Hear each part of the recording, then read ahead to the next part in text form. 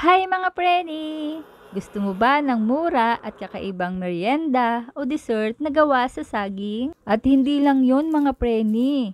Ito ay napakabilis pang lutuin dahil sa loob lang ng 15 minuto, luto na ito. Tara, ituturo ko sa inyo kung paano. Balatan ang mga hinog na saging. Kahit overripe na saging ay pwedeng-pwede dito.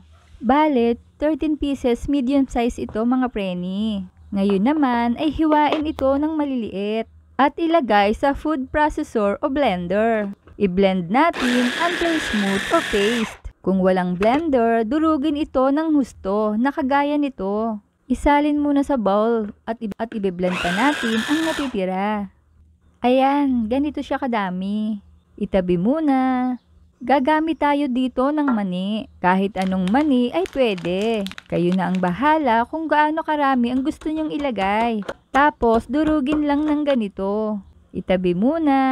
Sa kawali, maglagay ng 1.5 tasa ng tubig. 3/4 ng kalahating bao ng coconut sugar o matamis na bao. Pwede din kayong gumamit ng brown sugar at pag brown sugar ang ginamit nyo, 1 cup ang ilalagay nyo. Tunawin at itabi muna. Sa isang bowl, maglagay ng 3/4 cup cornstarch and 1.5 cups of water. Mix to dissolve and set aside.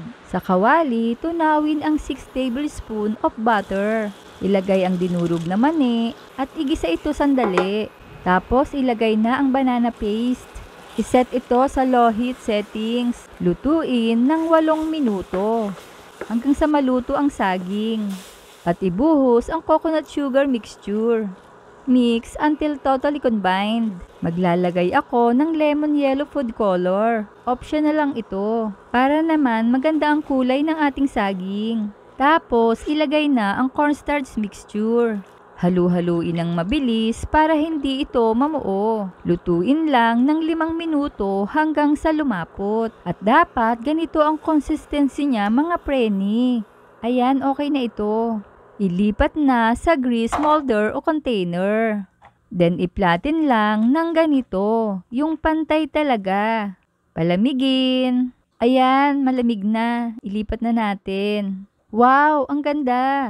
Hiwain ayon sa gusto mong sukat. Pantay ba ang aking paghihiwa mga preni? Feeling expert naman ako. Haha. Siya, titikman na natin. Ilalagay ko muna pala ito sa dahon. Wala lang, para lang maganda siyang tingnan. Huwag kayong kukurap mga preni dahil ipapakita ko sa inyo kung gaano kaganda ang texture nito. Ayan, perfect! Ang sarap, grabe! Kaya kung hindi ka pa nakapollow sa aking page, ipollow mo na ako para updated ka sa mga ibabahagi ko pang mga recipe. Huwag kalimutan, cook with love. Thanks for watching. Bye-bye!